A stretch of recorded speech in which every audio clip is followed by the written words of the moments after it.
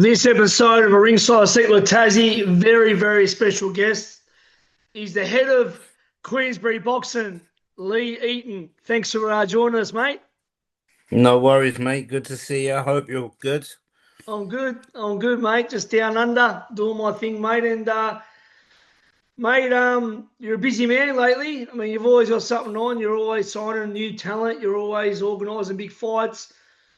For the people that don't know too much about you, mate, tell us the backstory. How did you get involved in boxing and how long have you been with Queensberry?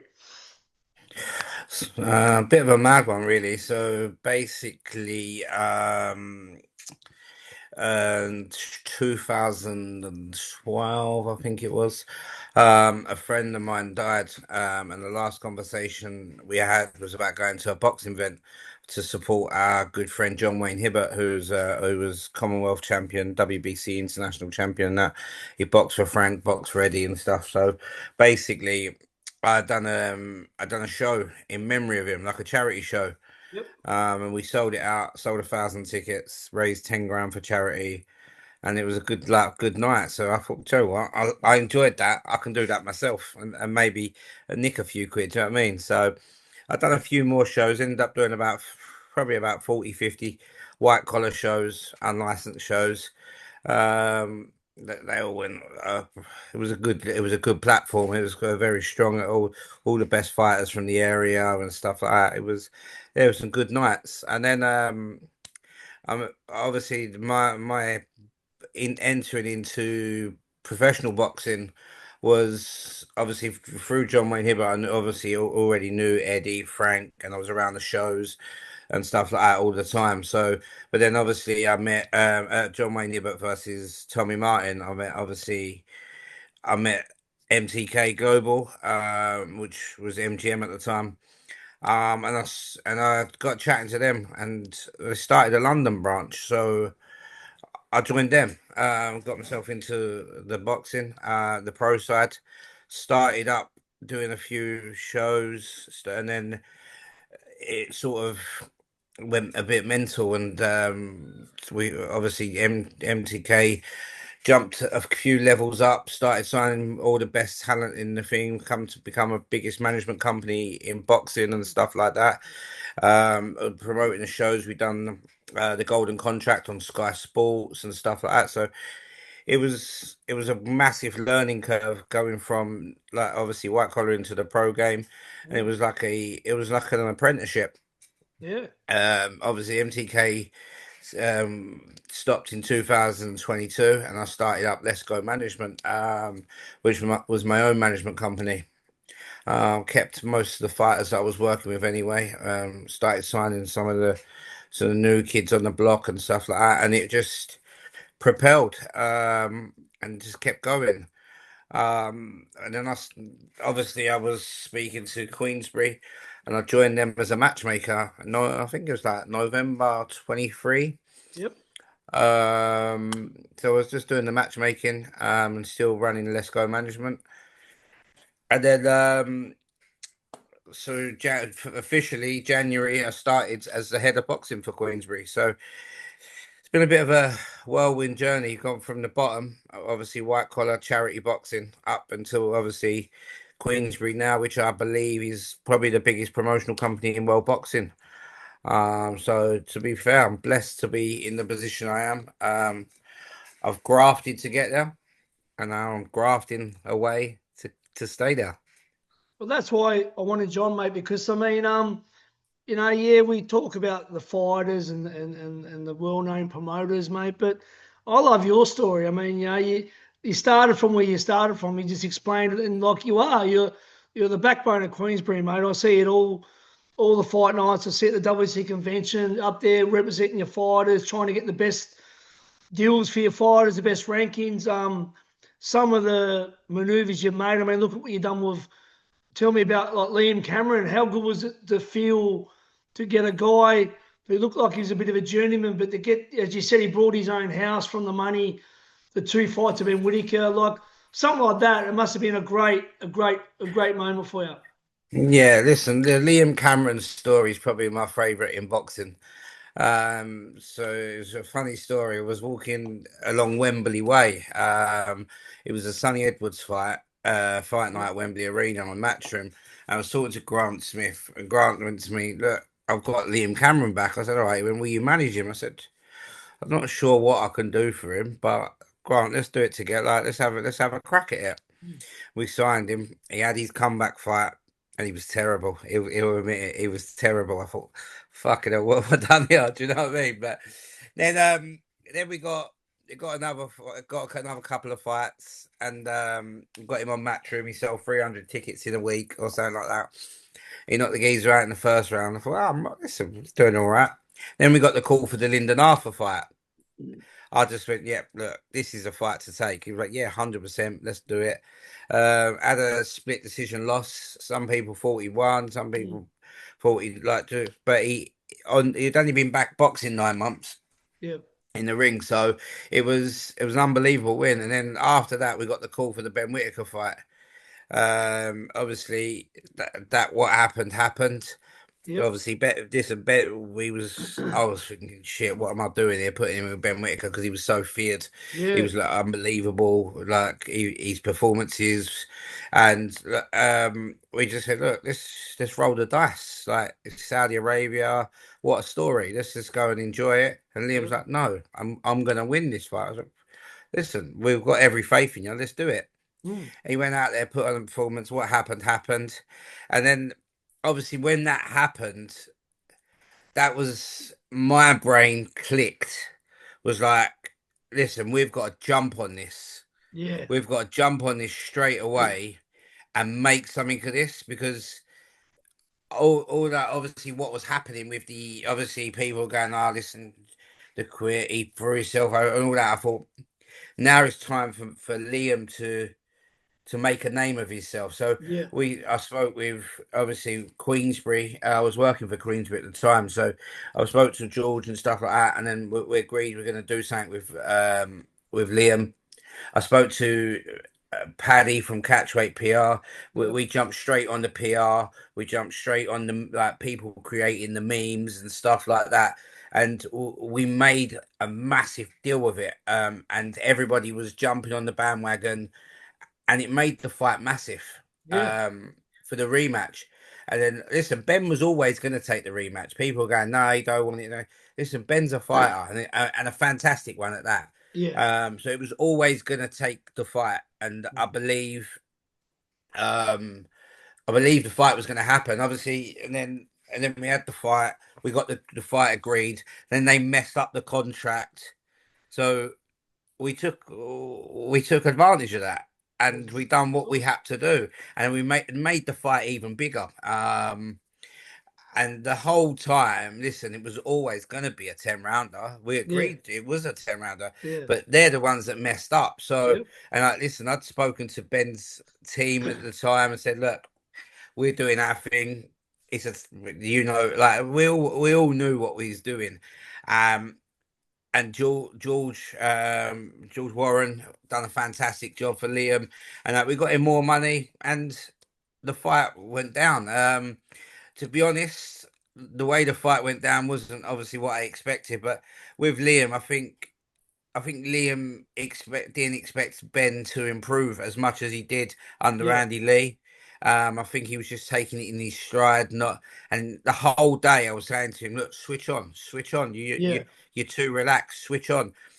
And he just didn't switch on. So, listen, no, Ben, listen, fantastic performance. Was the stoppage right? Yeah, probably. Yeah. So it is what it is Mm. regarding that. But yeah, so Liam earned a very, very, very good purse. And he got to put down buy his house outright. That's awesome. He's doing his house completely up. He's got a new kitchen, new bathroom, everything. The whole house is going to be renewed, and That's that's all great. done from obviously his hard work being what he's done in the ring and that, and the job as a team we done. And Mm. he's so thankful still. He still Yeah. rings me up just for a chat to tell me about his house and that. We've got such a good relationship now. It's more than being a manager. He's my friend. Do you know what I mean? And I'm so proud of the journey that he's been on, and it ain't gonna stop. Like we're already planning. He wanted to have a bit of time off after the fight to just get himself, really like get himself back because it was a bit of a whirlwind 12 months. Yeah, And then now he's looking to get back. So in November time he'll be back. He'll be back in might just do an 8 rounder to get a win and then back straight in big fights. But there has been a phone call about a big fight. Um but listen, let's just see if it happens yeah, because it's just to see. But like he's ready to fight anybody. So yeah, that was probably one of my best stories of being the manager and the way it turned out and stuff like that. So them success stories are good. Like every fighter I work with, I want them to earn enough money to go buy a house because this, if they can buy a house, then I've done my job properly. yeah, So correct. that's always the aim. That is always the aim for a fighter. Well, that's it, mate. I mean, look, unfortunately, there's so many sad stories in boxing, a lot more sad stories than positives. When you hear something like that, I was wrapped in, and I said, kudos to you because, as a manager, you're out there to get the best deal for your fighter. And if someone Yeah, does slip up, like you took advantage of it, whatever you can do to get that, whatever that bit extra for your that fighter. So little I one reckon, percent is yep, always worth it, yeah, no matter that's what. it. I, And things like that, experience, you know what I mean? Being around the game, being yep, around the people that yep, I've been around and stuff yep, like that, it's all about that experience. yep, Everyone thinks being a boxing manager or a matchmaker or promoter and that is easy. Let me tell you now, far from it's not. Far it. from it.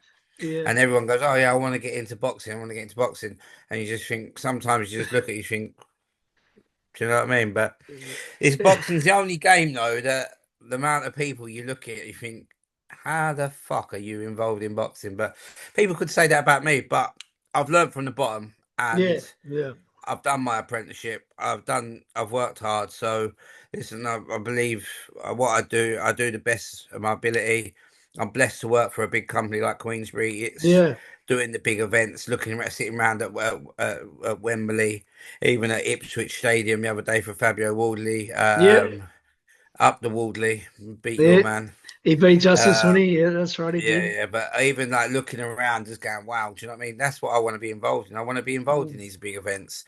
So yeah, no, listen, it's a bit different from the management side, and I have obviously come away from the management side. Yep, There's still a couple of fighters that I look after, but yeah. I'm I'm I'm more focused on Queensbury now, and I believe we're going to have a big year, big 12 months come up. And with this new role, like, are you sort of like you done the other day? Like you're looking for your signed talent and things like that. You're looking for prospects. You're looking for I just seen you just signed a Welsh. Was it a Welsh fighter or a Scottish fighter? Someone Little recently. Scottish Marcus Sutherland. Yeah, yeah, Yeah, so like with people like with Marcus, obviously we're doing shows in Scotland with Nathaniel, with Josh and stuff like that. Marcus impressed me last time out, and then this show he's ordered nearly 1,000 tickets and stuff. yeah, So he's doing his part in the ring and outside the ring. So yeah, yeah, so that's why we're looking to work with kids like that. That's gonna put everything in their way. They're gonna fight and stuff like that. So there is obviously we just signed European champion Brad Bray. We've got yep, some other kids being announced over the next few weeks. We've got but yeah, listen, we're building a stable that we believe is gonna push on for us over the next couple of years. We want to build the future. Few some of the a kid we just signed. He's announced on his debut yesterday. John Joe Carrigan. He's managed by Shelley Finkel. oh I yeah, believe he's one of the. I believe he's one of the best prospects in the world boxing. He won his last 58 amateur fights.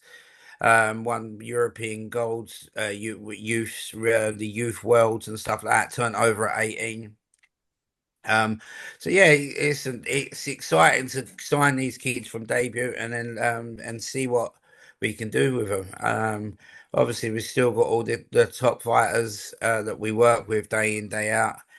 Obviously we're off to Saudi next week with Moses Atalma, Nick yep, Ball and stuff like that. So yeah, no, listen, it's we have a mixture of obviously what we're doing.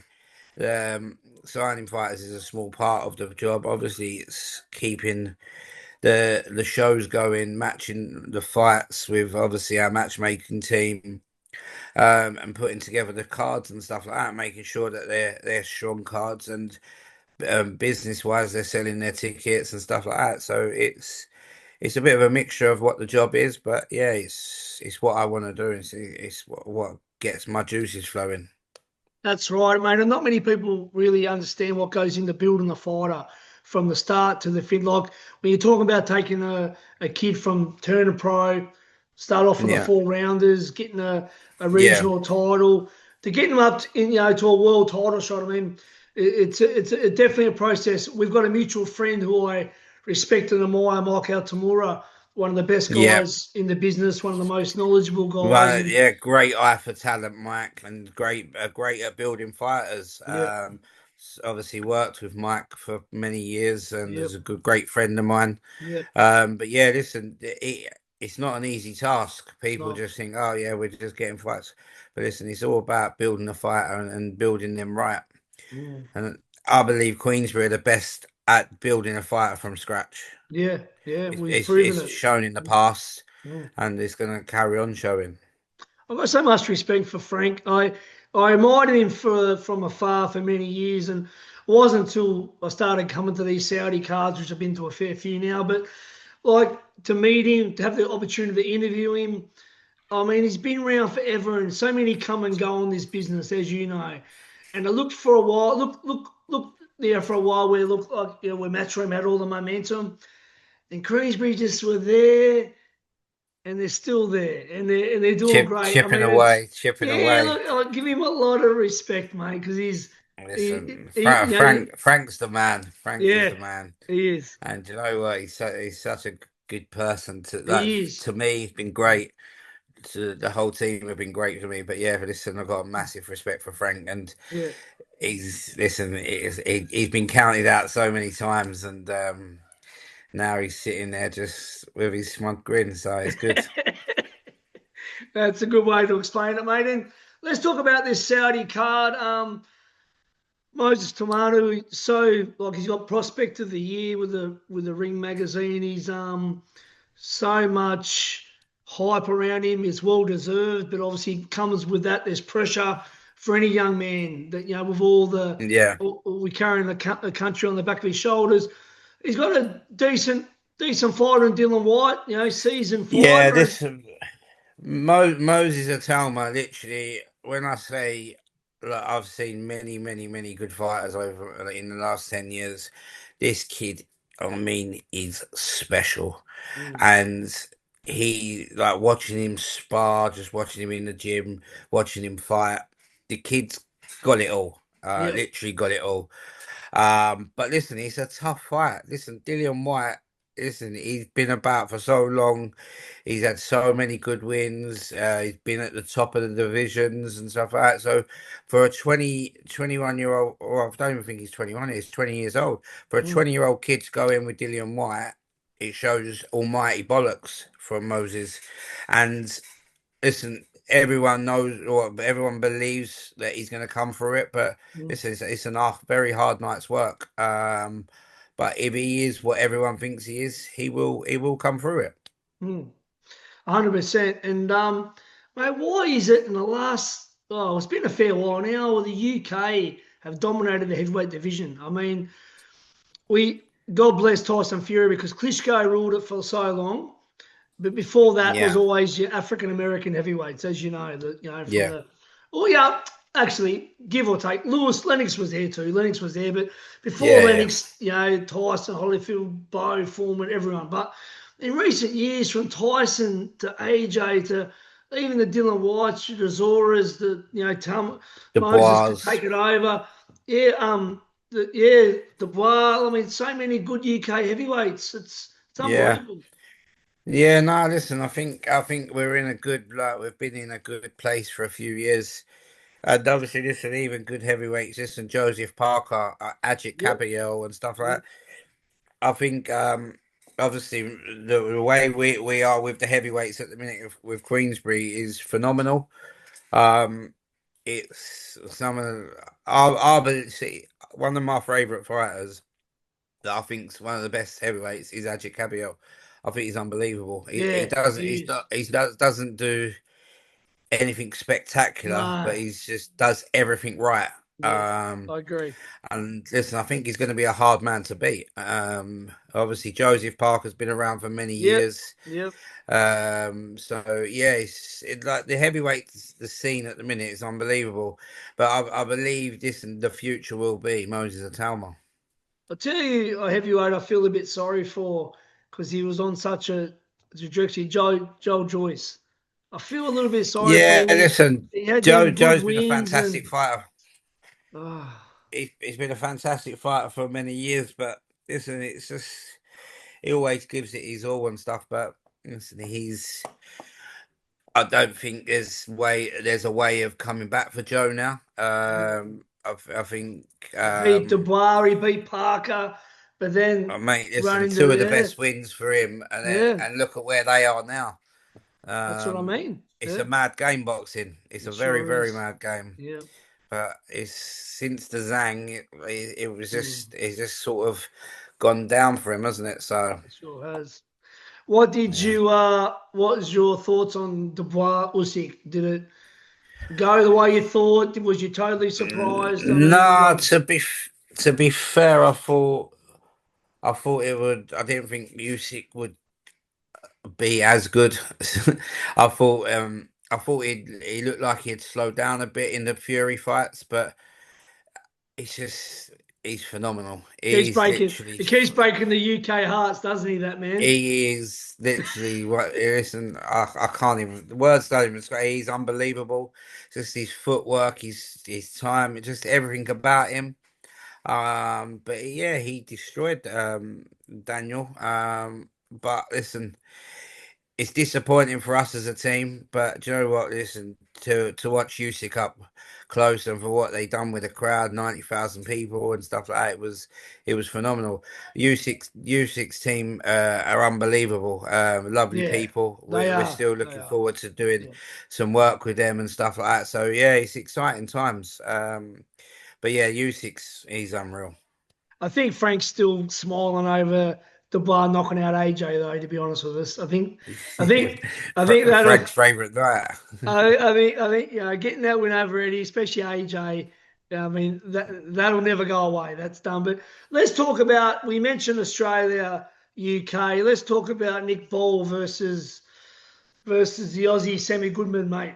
Talk about that one. Yeah, listen, Nick Ball's done everything asked of him over the last few years. Phenomenal fighter, like his fitness, his strength, everything about it. He's just obviously I thought he was unlucky against Ray Vargas. I think he should have won that fight. So and then obviously beating Ray Ford. Yeah, he's obviously it's been a good little journey for him. And basically, listen, he's done everything. Sam Goodman's a good fighter. But it's listen, I believe Nick Ball will be too big, too strong for him. But yeah, it's an intriguing fight. Yeah, I know Sammy well and his team, and obviously they were in line to fight in a way twice, but he got the cut on Yeah, it in two occasions. Very good boxer, but he hasn't travelled before. I believe that this is his first time as a professional travelling, so it's always a big yeah, thing, especially going over the other side of the world, acclimatising and all that stuff. So it's yeah. going to And be listen, interesting. It's tough, especially in Saudi Arabia with how hot it'll be in Oh, August and stuff like that. But obviously, he's used to the heat in Australia, so mm, yeah. Listen, it's tough when you first fight away, but listen.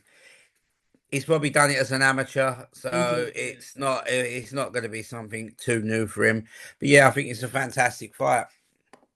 And you guys look after, was it Karaji? Karaji was his name.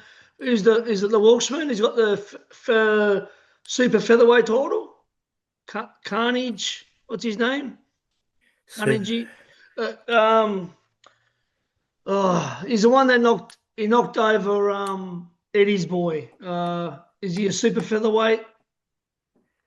Maybe he's from what? Ireland. Ireland or Oh, Kakachi. yeah, Takachi. Yeah, I mispronounced his Yeah, name. Sorry. Kakachi. Yeah. Yeah, Kakachi's not on it. He was injured, isn't it? So he had to pull out. So Ray Ford's fighting Abraham Nova. Oh, that's right. He was fighting Ray Ford. That's right. It would have Yeah, been a yeah, good he was fight. Yeah, fighting Ray yeah, Ford. Yeah. yeah, yeah. Yeah, yeah, yeah. Awesome. Kakachi's a great fighter. He is. Yeah, no, he's proper turned it up the last couple of years. So yeah, I was obviously he fought one of my best friends in boxing, Joe Cordina, and that's the Yes. night that sort of put him on his journey. So, Yeah. but yeah, That's right. Yeah, I was there for that fight. That was one of the Saudi cards, Cordina. Yeah. yeah. And any news on Tyson Fury, mate? Like, what's the? Mate, to be fair, I don't know.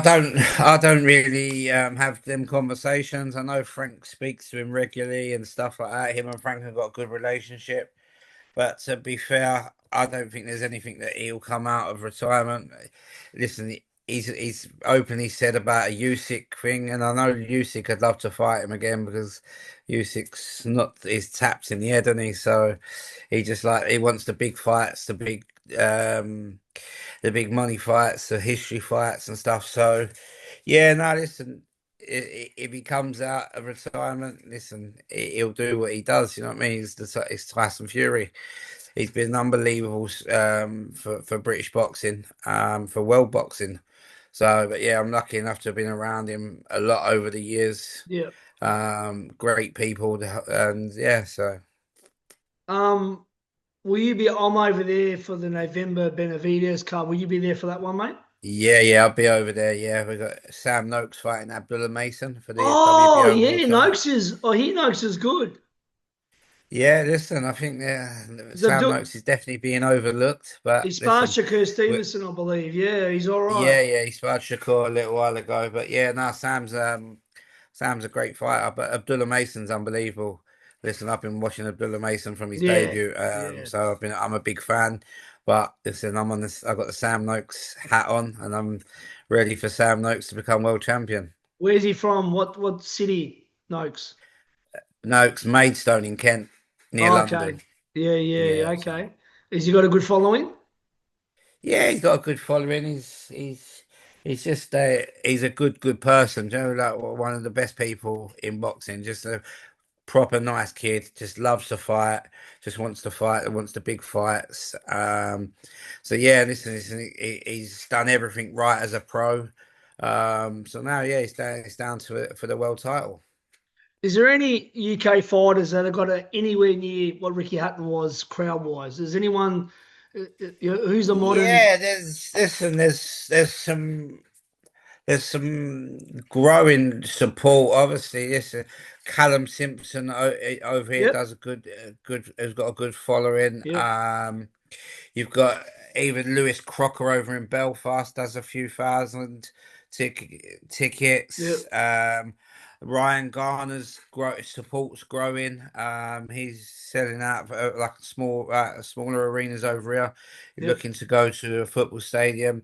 Fabio Wardley done 15,000 at yeah, Ipswich. yeah, yep. Yeah, so like there's some good fighters coming through. It's hard to match what Ricky Hatton did. It'll be Freak. very hard, but there's some great fighters coming through that are building their followings and stuff like that.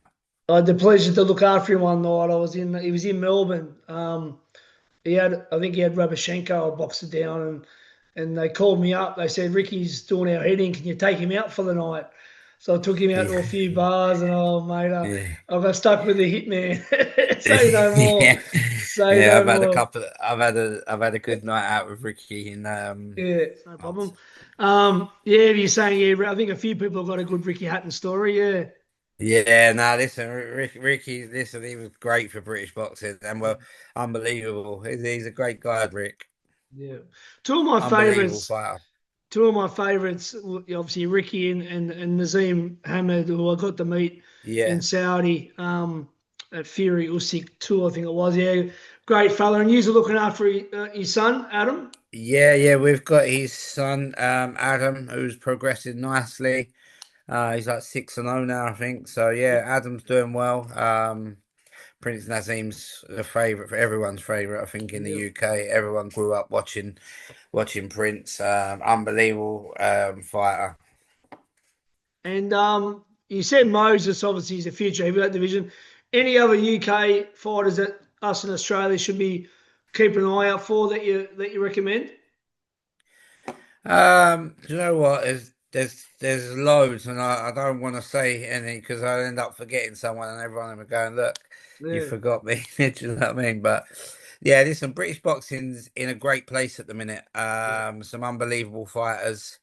Even some of the fighters that are not with Queensberry, unbelievable to watch, and it's good to see British boxing flying high. Yeah, no, it's leaps and bounds. The last, geez, 5, 6 years, unbelievable. The UK talent, and Yeah. yeah, it's great. And how much influence do you think Your Excellency Turkey and the Saudis have had on the sport? Oh, listen, what Turkey's done for the British for the sport of boxing is unbelievable. You can't deny that.